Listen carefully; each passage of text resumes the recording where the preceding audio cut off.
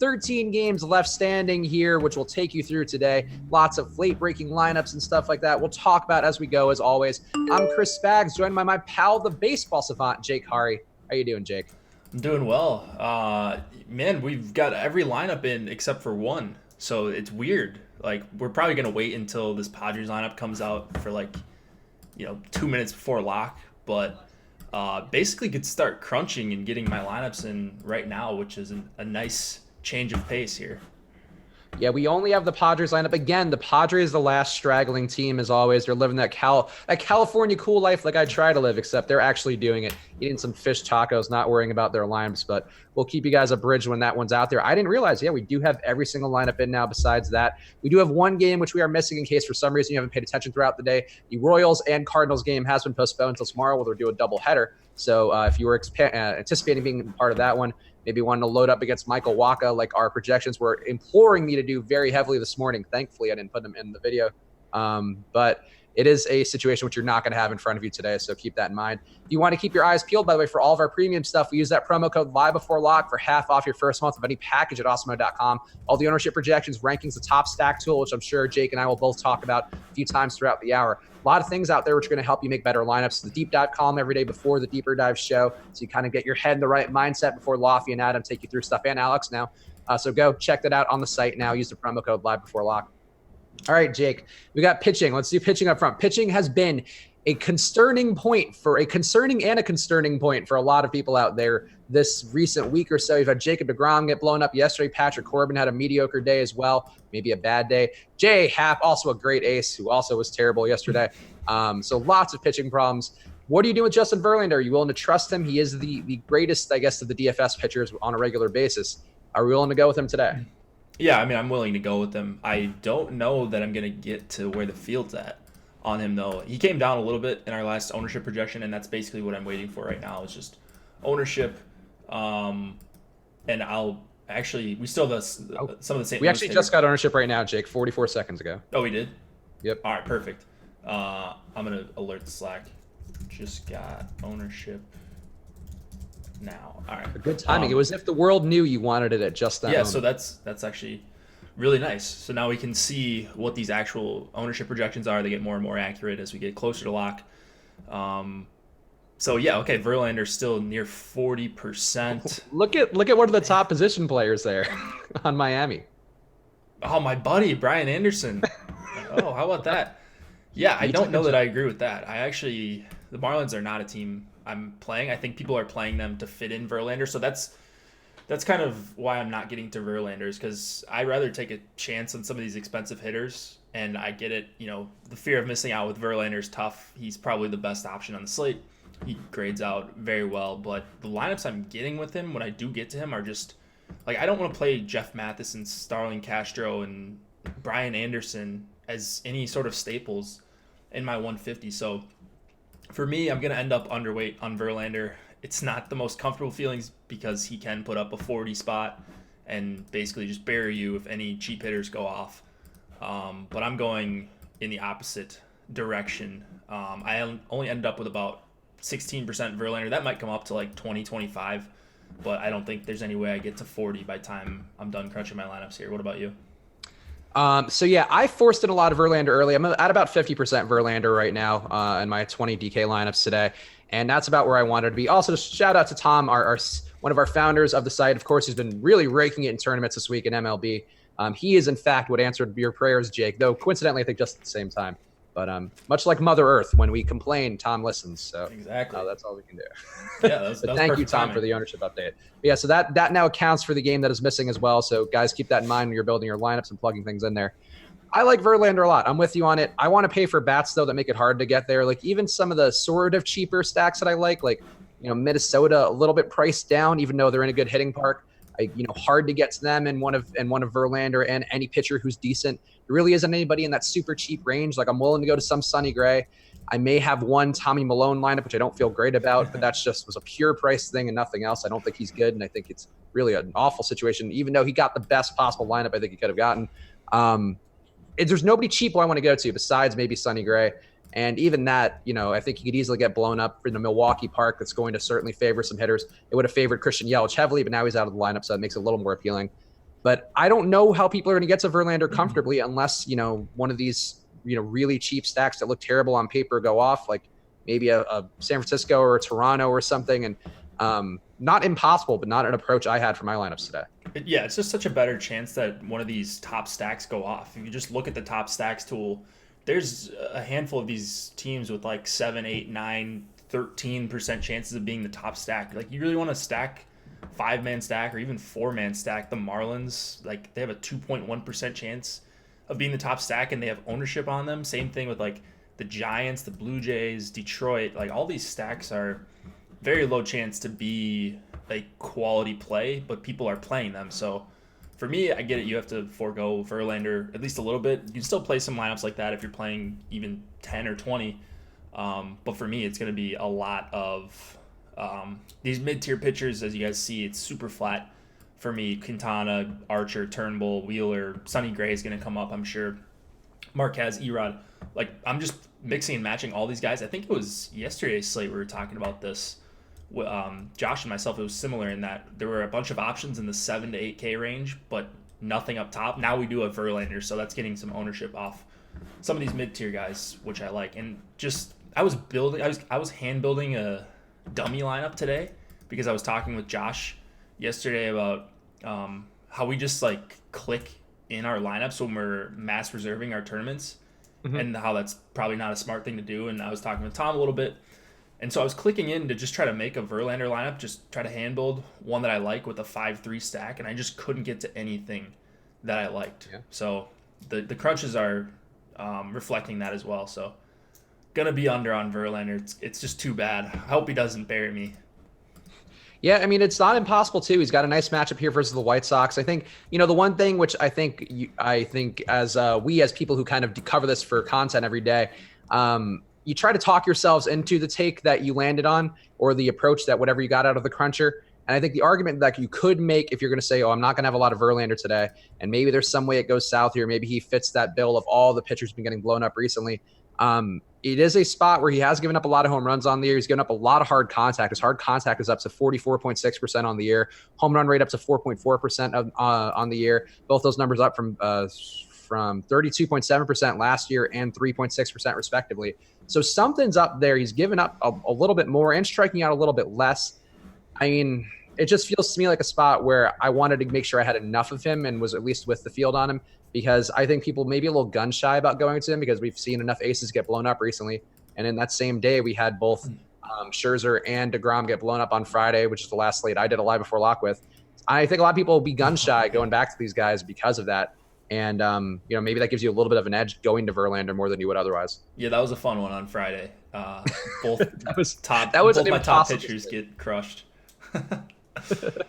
Yeah. But I don't think, like, realistically, I think Verlander's going to get you 25 to 30. It's going to be a matter of if these teams, this like a bad team like the Marlins or someone gives you 7 or 8 runs, then you could be in business with Verlander. And it's MLB DFS.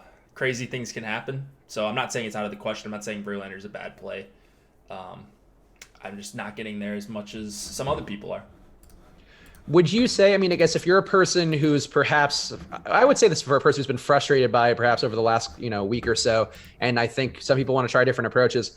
I don't necessarily see a ton of value in a leverage stacks. I do think there's some decent home run power for the White Sox lineup, but I find it hard to believe, like, let's say 5 guys are going to really have a strong value out of that group today. But would you say if you're a person who's playing Verlander or you're playing these aces and you're just kind of fatigued about getting beaten up by them or beaten up by them falling south of expectations, would you want to put more hedge stacks in for these guys? Now the weather's heating up a little bit and some of these parks are going to have better hitting factors.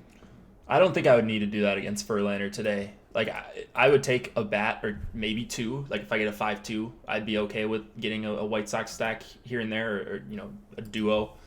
Like Welington, Castillo, just a guy with some power. Verlander does give up power at times. That's oftentimes how he gets beat up a little bit. So a guy with power that's 2,800 at a catcher spot, I'm fine taking. Or maybe Moncada at 4,300. But yeah, I don't think you need to stack up against Verlander. And then the same thing goes for like guys like Caleb Smith. I would put him in that category. Maybe not quite at Verlander's prestigious level, but I don't think you need to stack up the Tigers. And then same thing with the Marlins. We've talked about them a couple times, kind of picking on them, using them as an example of a team I don't really want to stack. But similar thing with the Nats against Wheeler. So I'm like, it's 14 games. There's 13 games, 26 teams now. I just want to play good teams that are in good spots that, they're chalky. Like the Yankees are like the chalk, but no one's really over 10% ownership, according to our last update. So I'm just playing the teams that I think are still under-owned, even though they are technically the chalk. Yeah, no, I think that's fair. I think there's more of a case to be made for going against Wheeler, just because that Washington lineup, and Adam on the deeper dive said it a little more eloquently probably about just the fact that the Washington team that we have right now is not the team that you're going to look at stats for on the year. And this lineup, I mean, it's not far off though, to be honest. Like I have two sets of stats for me when I look at team numbers. One is what the aggregate lineup is based on a sample size going back to last year, and the other is just what they have on the year. And they are improved. I mean, the batting average is up a little bit with this actual lineup they have, and then they do have some guys who strike out less. And I think there is some home run opportunity like Rendon, Soto. I got some Para in a few lineups, but Robles, Dozier, I think Yan Gomes. You could also have any catcher. I think you could make a compelling case to go against Wheeler more than you could to go against Verlander. So I do have a little bit of that, but it's not one that I was like dying to force in at high volume. Only a 3.6 implied run total is not the best. No, I agree. I think I'd rather target the Nats than the White Sox as a full stack. Wheeler's a guy who can get blown up at times. He does give up a lot of hard contact, and they're just scarier bats, I think, overall for the Nationals. So, like, you've got Trey Turner back. Eaton is a fine hitter, and he's cheap. And then Rendon and Soto, I think, are really, really good hitters. So you've got a quality top four, whereas for the White Sox, I have a hard time finding out how they're helpful for you in tournaments today. I mean, under 3 implied total, that's kind of crazy. So you said you're not getting a ton of Verlander. We have a couple of higher price guys. I know that Josh was a little bit more in on Zack Greinke. I don't want to misquote him, but I just saw that briefly today and heard them reiterate that on the deeper dive. I didn't get to anybody in that tier. I mean, I have a little bit of Wheeler, but besides him, it's Verlander or bust for me out of the higher price guys. Even Caleb Smith, a guy I like a lot. You are now paying the full premium for Caleb Smith to get that experience, and it's a good spot to do it, but not a guy I felt like I had to get to with where his price was. Any of those guys are getting in a meaningful amount? Not so like Wheeler, I guess we put him in that category. I didn't get to much Caleb Smith. Like I love Caleb Smith here. I mean, I love him just in general, but that is a pretty steep price tag. I don't want to be picking against him.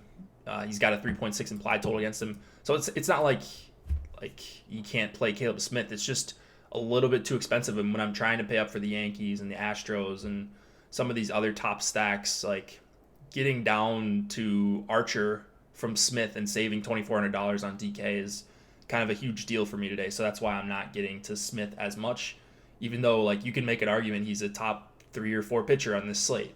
I think there's a good argument to be made for that, but just based on what he's projecting to do, there's a bunch of guys in this range that project similarly that are less expensive.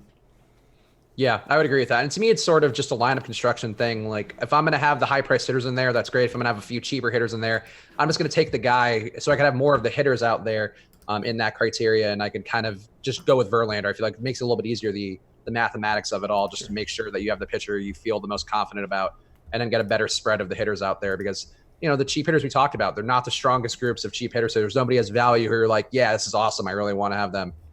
So I think it makes a little more sense to spread that out and just trust one pitcher. Even if it is Caleb Smith over Verlander, I would try to trust one or two more heavily than the others. Yep.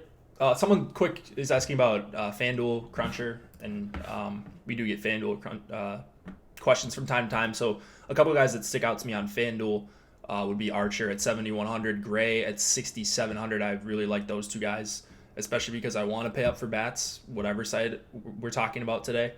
And there was one. I don't think I need to play Greinke on FanDuel at 11K. So I'd rather find that extra 1K with your cheap stacks for Verlander than get to Greinke. I just think it's a really high upside spot for Verlander. I don't think Greinke has quite as much upside there.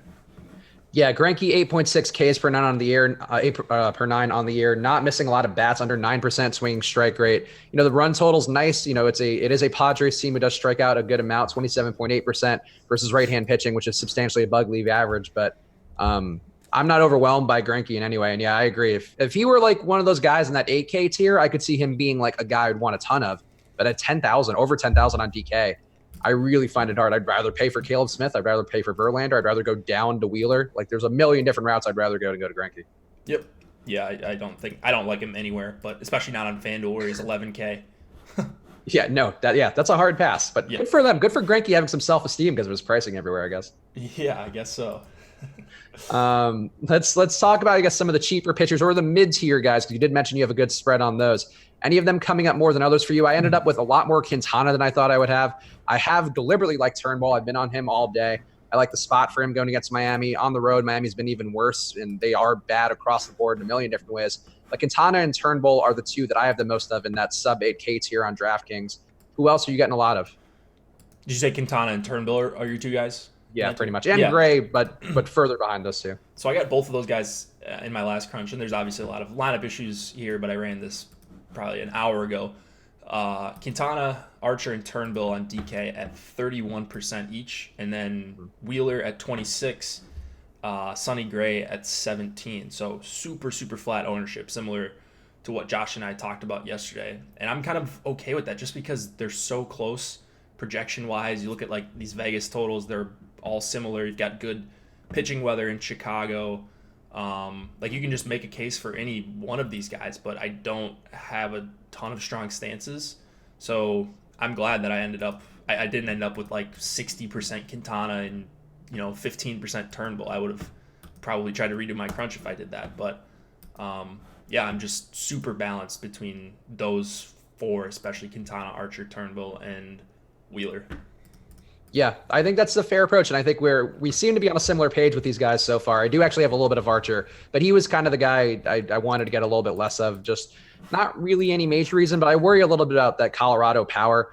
You have the top four hitters there, all above a 4.6 home run rate versus a righty. I think that's a little bit scary to me for Archer, a guy who gets blown up a decent amount. He has the strikeout stuff just under 10 Ks per nine on the year, but a 4.5% home run rate, 4.4% home run rate to lefties. I think that Colorado lineup can cause him some danger, and I'd rather just not be a part of that mix, I think. I don't blame you, even with having probably 25 to 35% Archer tonight.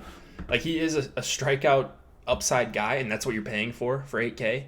Man, like, what happened to him? Like, all of a sudden, he just started getting blasted every other start a couple years ago, and, like, this would be a price even maybe as early as, like, the middle of last year where everybody would be jumping on him. He would be massive chalk, but the Rockies outside of Coors Field versus righties have been one of the worst teams in the MLB since the start of last season. So I'm just hoping he can get me enough strikeouts to kind of be worth it at 8K and maybe set himself apart from some of these other guys. I would say to me a red flag is whenever Tampa Bay gives up on you. And like when they buy into you, I think that's great. Like Austin Meadows, you kind of saw he's been a little bit up and down with the health and all that, but like they know the analytics well enough where I feel like they give up on a guy who everything seems great. Probably not a great sign for something with his process. Yeah, that's actually a good point. Like the Patriots thing, when they're out on you, or where they don't pursue you in free agency, it kind of makes everyone like be like, oh man, dude, do they know something we don't? So maybe that is a good red flag going forward. Is if the Rays are out on you, maybe they know something we don't. They probably do. Yeah, that's where I'm erring on it. I read that book too with the 1% or I forgot what it was called, but interesting book about baseball analytics even before I started working here. So I probably would actually appreciate it more now, but God, I'll be damned if I'm reading a book twice. Let's talk about Sean Anderson. Van Dam NYC, one of our regulars on the live chat, is on YouTube, and that's what we're checking too. We're checking the premium Slack as well, which is a great place to go. A lot of guys in there. We had a fun little chat today after I finished my Four Corners video talking about pizza. Those guys have been just they've been on the ball recently, and I would say they do have a good job there. They're building a little community, so go check it out. It's part of the promo code Live Before Lock for half off your first month. Our premium Slack's included with it. So Van Dam NYC here asking about Sean Anderson. He's a guy who I think shows some decent signs of life, but the spot versus Atlanta, certainly not a good one you want to have your second start in. I was a little bit intrigued by him, so I do have a taste of him. I'm at, I think, 10% exposure. I have 2 lineups with him. So what are you doing with Sean Anderson? He's not a guy that I'm like actively avoiding. I didn't see anything alarming as far as me not wanting to play him. The matchup isn't great from a strikeout perspective against Atlanta. It is a great park, though. He did go 96 pitches in his first start. You can ignore the wind blowing out. That doesn't really matter in San Francisco, if anybody's seeing that. And if I'm going to someone in that range, it's probably going to be Sonny Gray. So that's why I'm not getting to Sean Anderson. Yeah, he's not great. I think I got to him because I had so much Sonny Gray in part, and I was just like, okay, I got a little Anderson in there. That's fine. Because Sonny Gray, look, people in the chat right now, Sean V, one of our favorites, talking pro Sonny Gray chat in the chat right now. And some other people saying Gray's getting rocked. EJ in the YouTube chat saying Gray's getting rocked.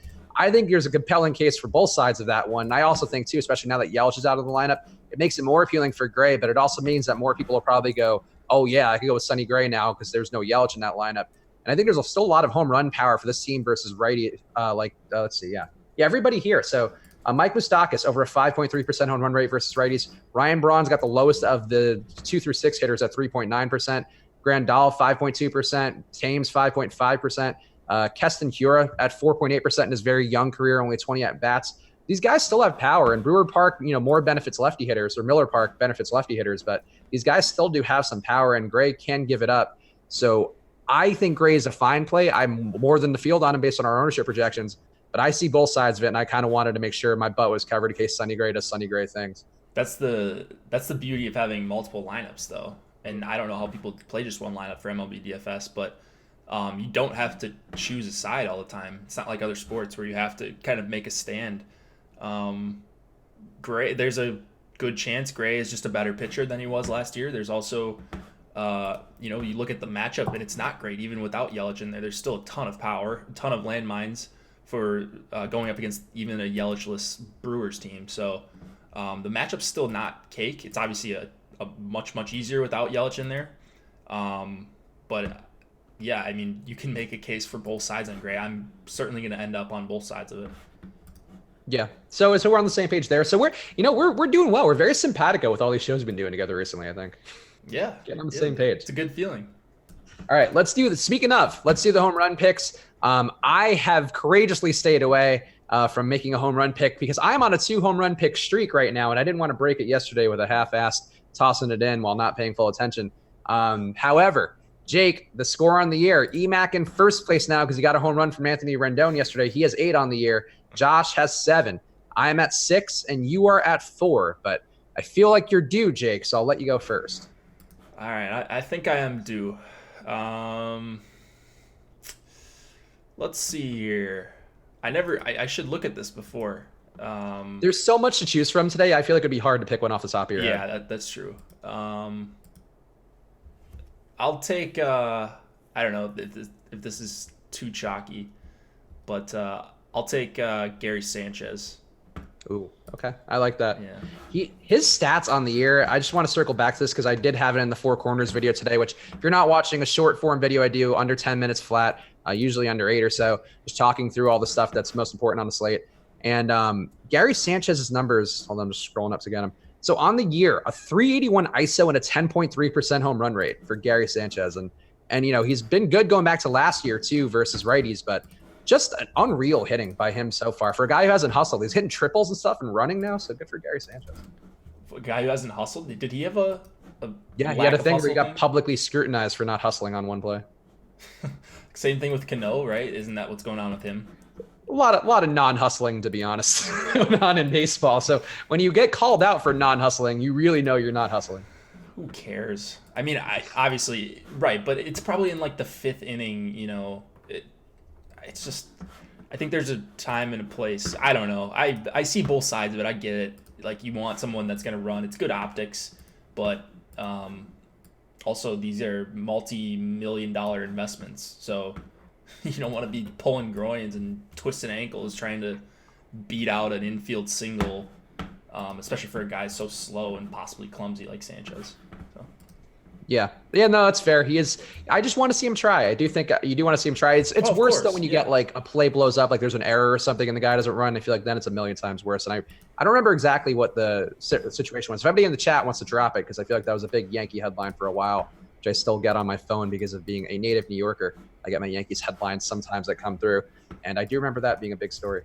But it's also like, it's such a results-based thing. Like, it's not like if someone was like, all right, this guy got out, here's him running down the baseline, he's out 17 times in a row. But then the one time that he grounds out to short. He kind of lollygags over to first, and the shortstop throws it over the first baseman's head. Then he gets crushed for it. It's just such a results-based thing. That's why I don't care for. That's why you run on every play, and then the assumption is that it evens out because you're running, and sometimes it doesn't matter, and sometimes it does. Ooh, Gary Sanchez #1 in the Chubsters model. Oh, go to hell. That's fair. Emac, I just saw Emac's chat, and this was the guy I was going to pick today. I have the photo I have. Oh, damn it. I don't know if there's a way. Actually, Jake, I'm going to send you this photo on Slack because I think it's funny enough just to put it on camera here. All right, let's see. I'll see what I can do. It's a photo of Dan Vogelbach, which I used in the video today. And I just got to make sure I have the right one. Hopefully I'm not sending you any illicit things.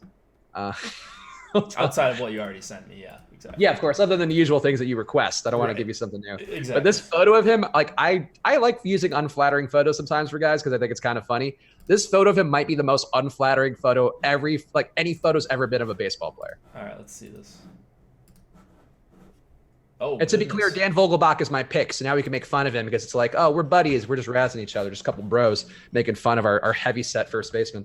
All right, let's see if I can fire this image up for the people. Yeah, please. The people need to see Dan Vogelbach looking like an oversized baby because I guess he struck out or something. All right, let's see. I've never done this right on stream, so. No, I know. Oh, here we go. It shows right up. Here we go. All right, they can see it now.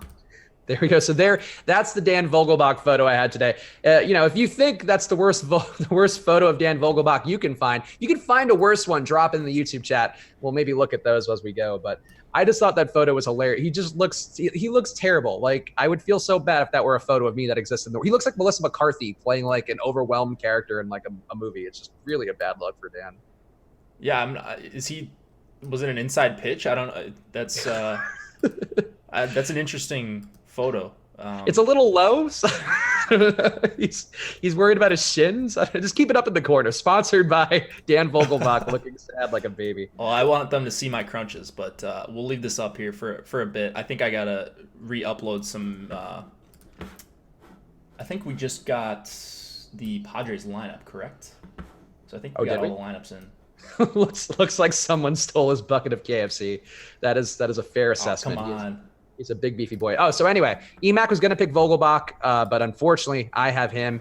Emac, though, will now take Luke Voigt as a result, and Josh dropping his pick in the chat, not even tagging us because that's the arrogance of Josh Engelman. He expects we're all going to know about it, but he's taking Jay Bruce. So, okay.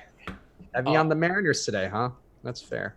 Just real quick, if we go off stream, there's a storm brewing here, so it is very, very windy outside. You may be able to hear the rain, but hopefully that's all. Okay. By the way, this is a real beefy boy home run game we have today. Vogelbach, Sanchez, Voigt. I mean, Jay Bruce, I guess maybe not that beefy. You want the guys that look like they're gonna hit home runs, True.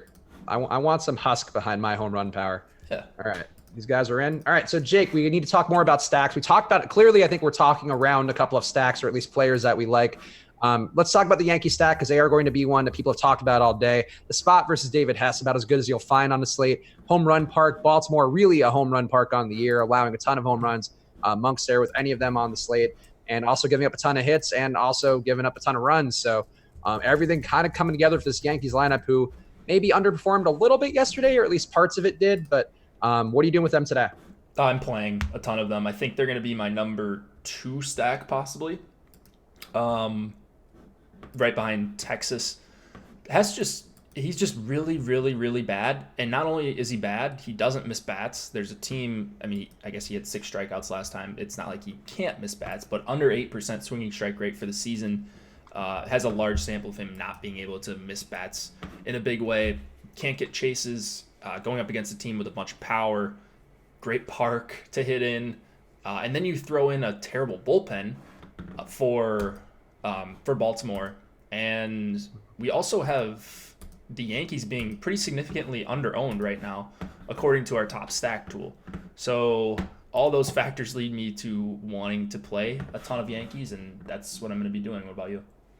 Yep, same thing for me. I played them in a bunch of different ways. The one guy I kind of didn't like a lot of, but I'm still probably with the field on is LeMahieu, just because that's a steep price for a guy who doesn't really do much of anything and just will probably be sucked into the tide of if there is any success for the Yankees. But besides him, everybody else I liked a lot. I think Austin Romine too, kind of an interesting pivot to Gary Sanchez because he does have some home run power. Hasn't showed it this year, but versus righties going back to last year is a 3.6% rate. A 156 ISO, that's not that great, but he is getting some results. And again, a positive home run park versus a pitcher who has splits, 6% home run rate versus lefties for Hess, a 5.5% rate versus righties for Hess. So everybody's going to be able to hit one off Hess if they make enough contact. And a million ways you can go about him. Makes it tough to afford Verlander, I will say that, but that's really the only downside. Yeah, that's the good thing, right? If you can stomach getting away from Verlander a little bit, I think you're going to like the way your lineups look if you go with a couple of these 8 to 9K options at pitcher. I think it just opens up so much more, and you don't have to play Brian Anderson and Starlin Castro and co. Yep. Yeah, I agree. I think it's an interesting approach there. And Alex was talking about it. Osmo was talking about it in the deeper dive before our show about how in Texas stacks, when he's going with them, he's maybe getting a little bit less Jeff Mathis because he's a terrible baseball player. And if you get a little bit less of him, he's still going to be chalky because a lot of people will have that 5-man stack, just catcher thrown in. And that's one way to differentiate. And I think the same thing with the Yankees. Gary Sanchez looks great. He's a great dong pick for Jake. But if you go with Austin Romine in there and he gets that home run and Gary Sanchez has an 0 for day, and maybe Romine has 1 or 2 guys on for him, that's a pretty big difference and a pretty big leverage point, even if the Yankees were appropriately owned, which they already are not. Jeff Mathis might be one of the worst hitters in all of baseball. He's terrible. He comes up so much in projections too, and well, I hate it. He's free on DraftKings, and he should be. So when you get him, like when you can avoid playing Jeff Mathis in an otherwise chalky stack, like even I'm getting to him, and I absolutely hate him. But like he's just going to project out okay for that price.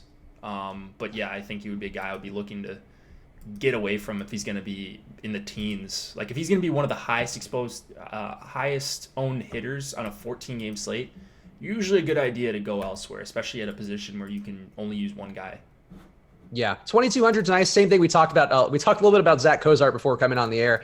Another guy who I just hate, but he's so cheap, so he's going to come up in projections and optimizations and anything like that. And would prefer not to have a ton of him. I would prefer Cozart. Yeah, if you had to choose a super cheap guy, Jake, out of those two, Cozart or Mathis? Cozart or Mathis? Yeah, I'd go Cozart, but I hate both. Yeah, Cozart's a way better player. Oh, and Cozart's out of the lineup too, so never mind. That's not good for me. But good. So I guess Mathis wins by default then. Flawless victory for Jeff Mathis. Yeah, exactly. What's your number 2 stack? I assume the Yankees were number 1, or if not, what is your number 1? The Yankees were on my dummy. They were 2, I believe. Let me go to this. Man, Fantasy Crunch are working nice. Oh, there were 3 behind Seattle and Texas. I think Seattle might come down a little bit. Texas was my number 1 against Malone. They were also showing up to be a bit underowned, which I absolutely love for a team with the 6 implied total. They're another one where you basically cannot get to Verlander unless you go with Mathis, Guzman, Cabrera, and kind of some unflattering parts of that stack. So I'm trying to get to the main pieces. The Mazzara, Pence, who's just a new player now again. Gallo, Calhoun, a bunch of these outfielders. So they're kind of tough to stack overall, tough to get in with Verlander. You got 4 outfielders you got to choose from, and you can only go up to 3, of course, on DraftKings. So, yeah, I absolutely love Texas. They're probably going to stick as my number 1. So I wish they were a better hitting team versus lefties. Like I know Tommy Malone is far from any great shakes. There's a reason why he wasn't pitching in the majors this year. And no matter what he's done in AAA, he's a 30-something-year-old pitcher. He's not going to suddenly be much better. And going back to last year, the sample size, 118 batters faced, 1.6 WHIP, 5.9% home run rate, 350 BABIP. So maybe a little unlucky, maybe just bad. Hard to say.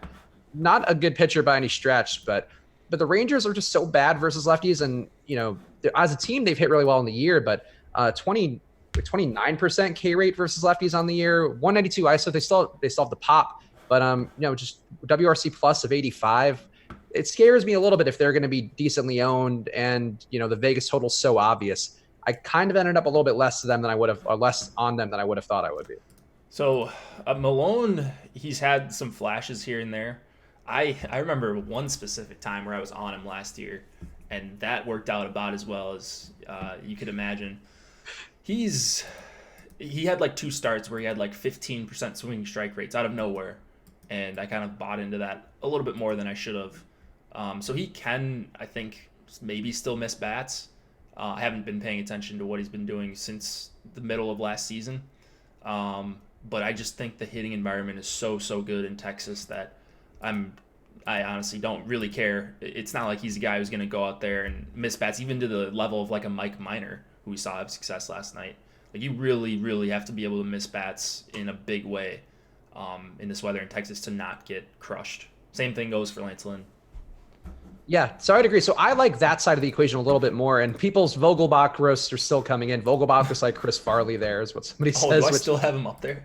All right, yeah. Keep him up there. I think he deserves to be the honorary third member of Live Before Lock today. We'll keep him down here so they can see these crunches. People want to steal my lineups or whatever. I don't think that's. I think it's hilarious. I think the spot here for the lefties versus Lance Lynn is really strong. So Lance Lynn, a large sample size versus lefties, and just gets shelled. The 1.8 WHIP, 7.3 Ks per nine, 10.9 hits per nine allowed, 350 BABIP. And then versus righties, he's pretty competent. He gets 10 Ks per nine versus righties. The hits per nine come down to 8.5. The WHIP down to 1.28. His xFIP too, also pretty big difference. 4.4 xFIP versus lefties compared to a 3.5. So I think Lance Lynn's in a tough situation here. Just overall versus the Mariners and how they're going to be able to get guys on. And I think Vogelbach, if one of those guys is on for him, I think he's hitting a home run. Obviously, that's why he's my pick. I don't know. I think it's a good spot for the Mariners, and I'm a little bit hesitant on Texas, even though they have been one of the top stacks all day on our top stacks tool on Awesemo.com. And I just, Malone, I don't know. I feel like maybe he's not as bad as it may seem, and maybe the Vegas total isn't quite as deserved as it seems. I mean, that's fair enough. I don't know. For me, it's just like clearly the best hitting spot of the night, and you've got some hitters with power on both sides and pitchers that are prone to getting blown up. So I understand it, especially when you're cutting down to you're playing just 20 tonight, right? Yep. Yeah. So that makes sense. You gotta make some stands somewhere. With 20, it's a little bit. I think 20 is way harder to play than 150. So.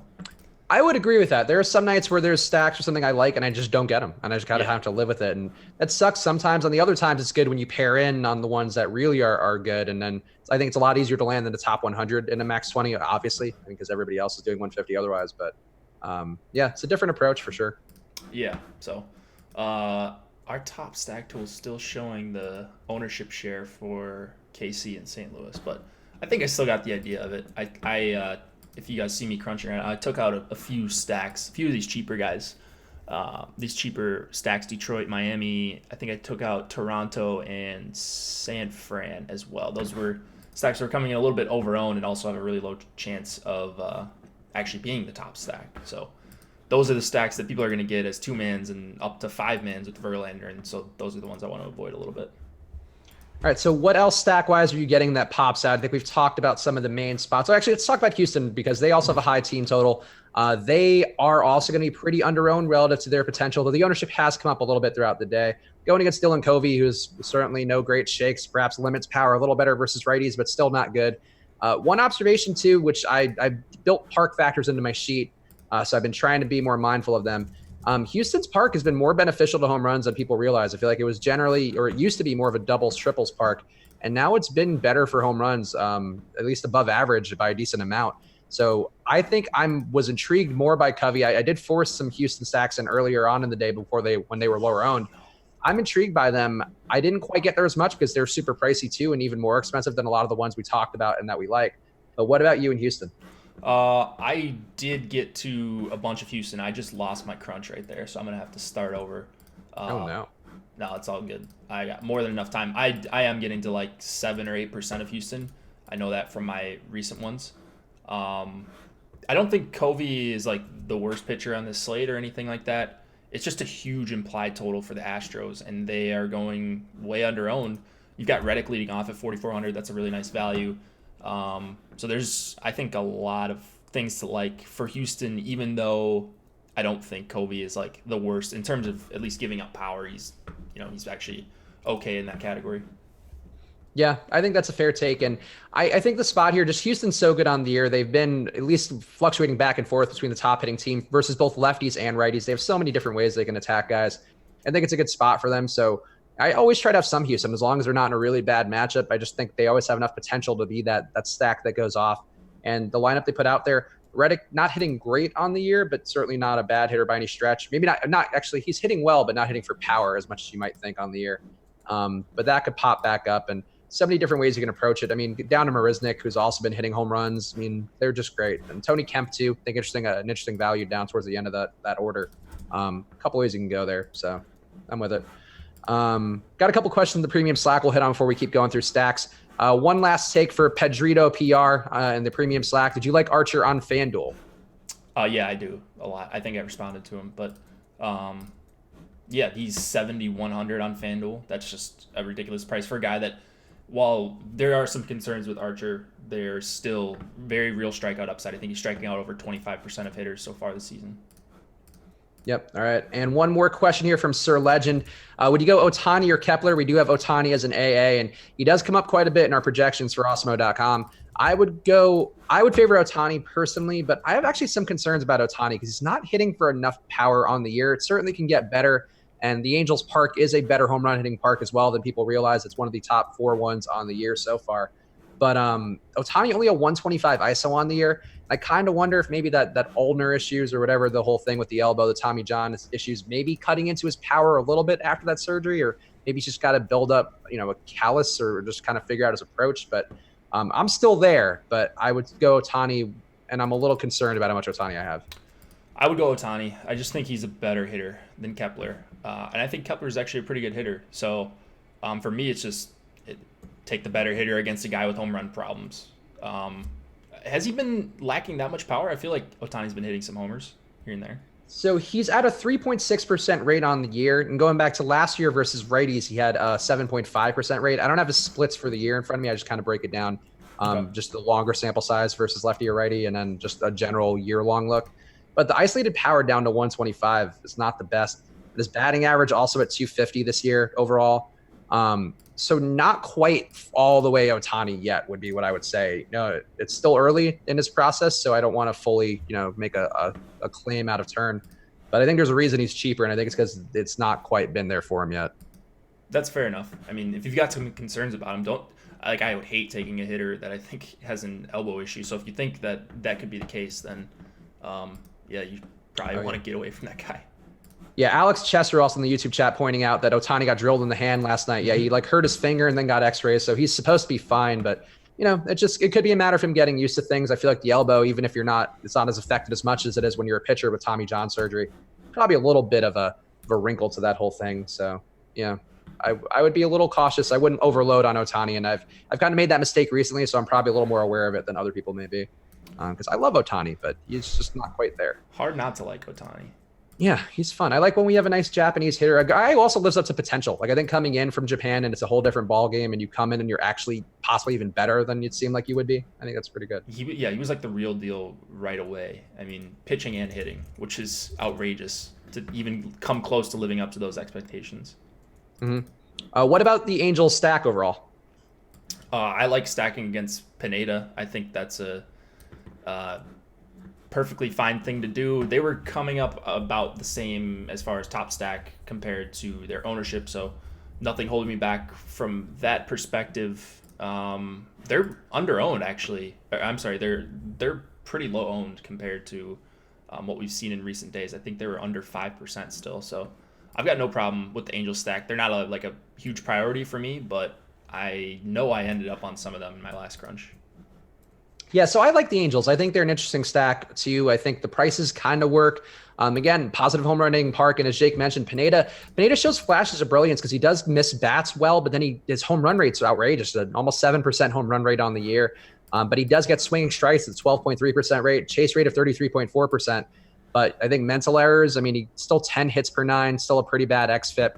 So the results haven't fully been there. He'll have moments, I think, versus worse hitting teams, but the Angels don't really strike out either. So they're going to get chances here. And I like the spot, and I have a couple of stacks going to different ways. And I had some Zack Cozart that I'm still taking out of lineups right now, which that's Cozart. How much I think the matchup is good, is that I'm willing to play Zack Cozart in it. And I think that's a a big cosign on the Angels for me. Got to take the chance with Zack Cozart anytime you can. No, of course. Wasn't he supposed to bet $2,200 Zack Cozart. 1 home run. We're crushing value. Wasn't he supposed to bat ninth? Or no? Yeah, I think so. Maybe 8th. Okay. Yeah. He was low down there. Don't get me wrong. He's actually a fine hitter against lefties, if I remember correctly. But yeah. Well, yeah. Pineda's a righty. I know. That was the only thing I was thinking of, though. Is just Cozart versus okay, gotcha. Like, gotcha, I played him a bunch the last couple of years. Gotcha. Versus lefties, but yeah. What about your Minnesota Jakes on the other side? They have a ton of power. We've talked a lot about them over the course of our live before locks this season. Not a great run total going against Trevor Cahill, but Trevor Cahill, at least on paper, looking very poor to start the year. And these Twins are kind of priced down despite all the home runs and the power they've had on the year. I do have a bunch of Twins. What about you?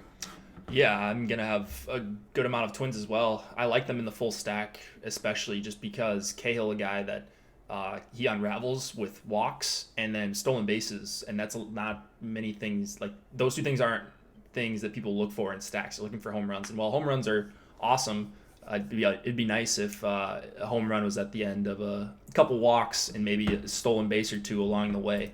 These Twins have speed. It's a modest implied total of just around 4.5. Yeah, I really like those top 5, but Adam reminded me of the speed that Cahill has issues with on the deep dive. So they're a stack that I've liked more and more as the day's gone on. Yeah, Adam also pointed out, and Lofty and Adam both, to be clear. Like, I think we always attribute Adam, but Lofty says a lot of great things too. They both do. Yeah. They're a great duo. I just noticed we always do it because Adam has some great stats he just pulls out of his butt. But they both do a great job, and a lot of things which I often find myself nodding with, or just being like, I need to relook at that. And it's a great show to listen to before this one, or watch rather. But yeah, I think the spot is really strong for Minnesota. Cahill, just, the home runs have been there this year. And I think they mentioned something about his pitch types not being the best. I kind of maybe tuned out mentally on this point. But overall, the results have not been there for Cahill. 45% hard contact on the year, 9.5% swing strike rate, 24% chase rate, 7.2% home run rate. All of these are down quite a bit. Maybe this is his bounce back spot. Maybe this is where he changes his pitch types and learns it. But this is a Twins team who's hitting 235 ISO on the year versus right-hand pitching and only striking out 19.4% of the time versus righties. So kind of a worst case scenario matchup. And if you're trying to get right, and I don't know, the Twins are just dangerous. I always like the Twins when I can get them in a positive hitting park. The Twins are just smashing everyone. I mean, why would, they shouldn't be off anyone's radar at this point. So yeah, I mean, anytime you can get them at somewhat low ownership, I've got no problem with that, especially against a pitcher like this. This is the perfect type of pitcher to stack against. Yep, I agree.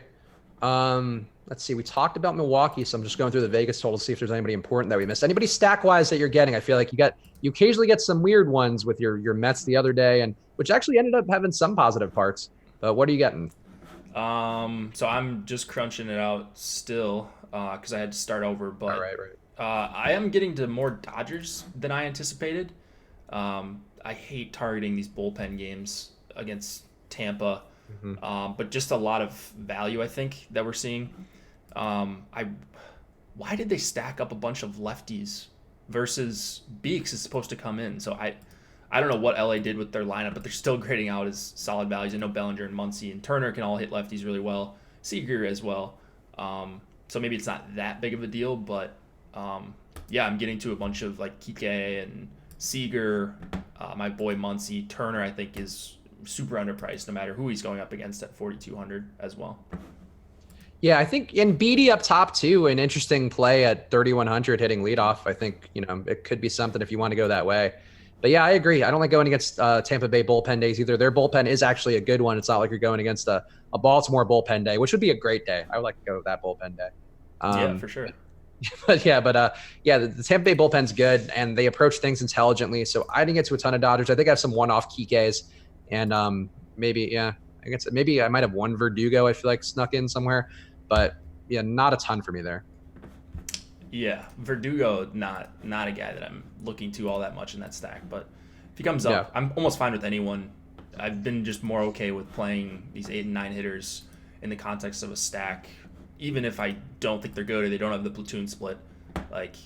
You just kind of have to do it. And all these top guys, the Osmos, Tom, pick your favorite pro, they all end up with some of these guys. And it's like, man, why didn't I think of that? And that's why I think building with an optimizer like Fantasy Cruncher is so important because you get on stuff that you don't necessarily like. You would never play Verdugo lefty against Beaks, or a lot of people wouldn't if they were hand building. So sure, that's why you yeah, I agree. I think sometimes you have to have the foresight for that, and yeah, I don't really get the approach. Maybe they're worried about Wood up top, and they just really want to make sure they get to him. I guess I don't really know. There's probably like an analytic reason because they are like a pretty savvy analytic team too, which is why they kind of have stocked both lefty and righty hitters so well. So I wonder if there's something we see that matchup actually could be like an interesting kind of like chess match baseball matchup. Well, if they thought I don't know. I mean, Dave Roberts is a donkey, but who knows who actually ends up making the lineup. But yeah, I mean, maybe they're seeing something we don't. It's possible. Why wouldn't you want to get more righties in against Beaks? Yeah, that's fair. Let's see what somebody asking, talking about Areza, which I think what is that dude's name? What's his real name? Because that's where people are misspelling it in every chat that we have. Arraez is who I guess people are talking about. He's a guy who I've some of too. He's cheap. He's hit well. He hasn't hit any home runs yet, but I think he shows signs of being able to hit home runs in the future. So I don't mind Arraez, and I do have some of them. The Twins guy? Yep. Yeah, he's a guy that I'm going to get to in stacks. It's not a guy that I'm crazy about, but in my Twin stacks, I'm sure I will have some of him.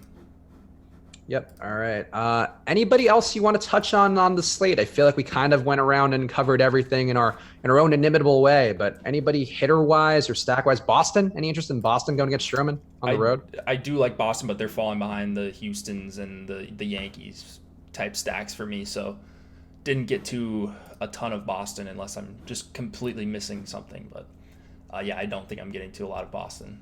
Are you getting to them?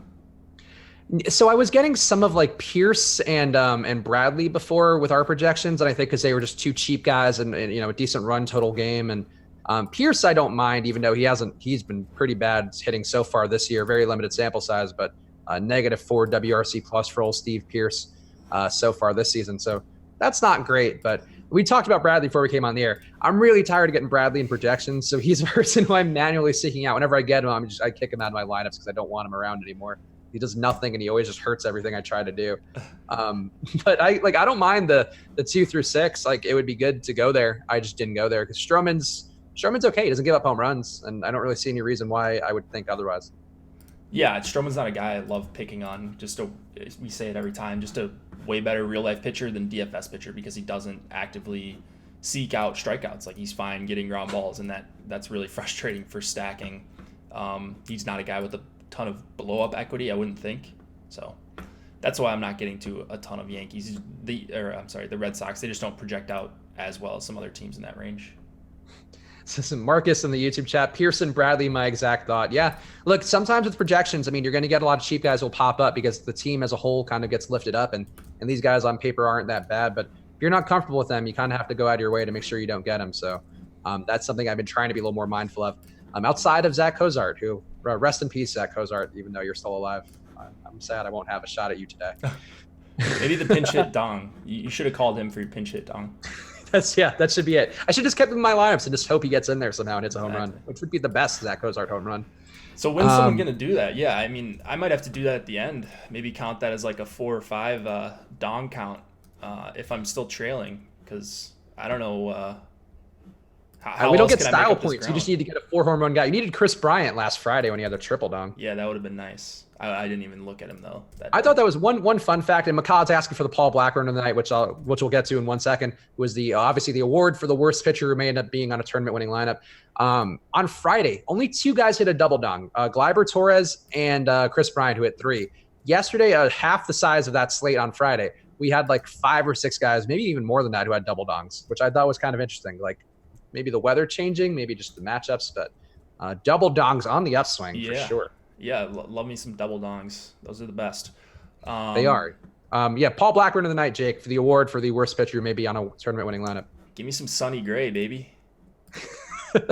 Adam might take offense to calling him the worst pitcher, but some people still think he's terrible, so I'll go weird here, and I don't know that I actually believe this, but I guess I believe it enough for one lineup out of my many. Tommy Milone. I think being that cheap, also leverage on a stack that's going to be popular. Also, just nobody's going to be on him ownership-wise, under 1% owned. And maybe that price opens up something. There's nobody else there. I mean, David Hess, I really don't think has any sort of chance. Tommy Milone, we talked about his chase rate. His chase rate's sky high. So maybe. I do not endorse the Tommy Milone pick. Texas is, let's see. They are they're my second stack. I don't know. No, they're not. They're down at they're only 5% for me for 4-mans. That's interesting. I wonder if I did this correctly. Anyways. Yeah, so I didn't get as much Texas as I want. I got more Dodgers and more Yankees and Astros. So I'm happy about that. But yeah, I still don't endorse the Tommy Milone pick. That's for sure. No, I don't either. But like, would it be the most shocking thing in the world if that happened, given the things we've seen? Like the best lineup I had yesterday, or I think one of them, I think, but like in the top 5 scoring lineups, it had like 180 or something. Was one with who was the one good pitcher who was like decently priced yesterday? Because Corbin blew up. Wasn't Corbin? Now I'm struggling. I don't even know. Well, it was Taylor Cole and whoever was like a 9K pitcher who wasn't terrible yesterday. And I had enough money to afford like Beckham at shortstop, and he had like 30 points. I had a bunch of guys who had like 25, 30 points. Sometimes that can happen. And like if I had one more of those guys who had a monster day, Taylor Cole could have been in a winning lineup in the tournaments I was in.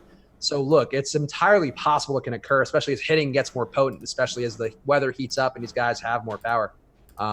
So look, Tommy Milone. Tommy Milone would be out of the game by the 3rd inning. Also probably true, but maybe he gets 2 Ks with that 40% chase rate. There you go. That's what I can only hope. Are y'all talking about NBA in a bit? So I don't think Fast Study is going to be available for Live Before Lock today for NBA, but I do have a column up on the site, which is free. It's our playoff primer article. I went in depth actually on showdown lineups for NBA in that one today, because I thought the last 2 slates were kind of interesting with the Milwaukee game last time out and how that kind of shook out with the captains and that approach. And last time out with the Golden State game with Steph Curry and Myers Leonard, because I thought some stuff actually that Eddie talked about in his stream yesterday, I thought were actually pretty salient, and I wanted to kind of dig into them a little more on my own. So I do have an article up on the site. Go to Osmo.com. It's free. NBA playoff primer will be there for you. And there's a lot of details on the slate and everything I'm seeing. And in particular, I thought there were some interesting defensive notes about stuff that's changed a little bit. And Kawhi defending Giannis led to some tough performances last game, but we'll see what happens tonight. Who you got tonight? I think Milwaukee wins it and goes up 3-1 because Milwaukee hasn't lost 2 games in a row. They've only done it once this year. They lost 2 games in a row, which is insane. And obviously the playoffs are a different beast, but I think Toronto left it all on the floor. I know you're an NBA expert now. I did see your Slacks screenshots, Jake. Yeah, I'm an NBA expert. That's me. But there's I think a decent chance here that Toronto just emptied their gas tanks on that one. Like Kawhi was gimpy and he played 52 minutes. Now you're going again against Milwaukee, and Milwaukee's a team who learns from when they fail and improves. Like that Boston game, they came back the next game and just stomped Boston. And I think, and in the series, they just figured him out and had him. I think there's a decent chance that's how it goes tonight. So heavy on Giannis and heavy on the Bucks. I like it. I just hope that I split with a couple hundred people the top prize again. That's all I'm looking for tonight. But I will be watching, and there's also a Game 6 in NHL, so I'll be doing some dual screen stuff tonight. Be good. There you go. So dual screening is the way to go. Thank you guys for watching, by the way. If you're dual screening or single screening, hit that like button on the way out. The likes help us keep the lights on here. Obviously, the engagement matters, but also just like tipping your bartender, just a nice courtesy to give to Jake and me, because we are here for you guys very often, every single day, pretty much. One of us is here for you. So please throw that like button, click. And Jake, any parting words before we go see how our lineups do? See how Tommy Milone cased 20 people today. Yeah, enjoy watching Tommy Milone get blown up tonight. That's all. If Tommy Milone strikes out like 10 people today, I think I just give up. I'm going to take the week off if Tommy Milone strikes out 10. I like it. All right, thank you guys for watching, and good luck tonight.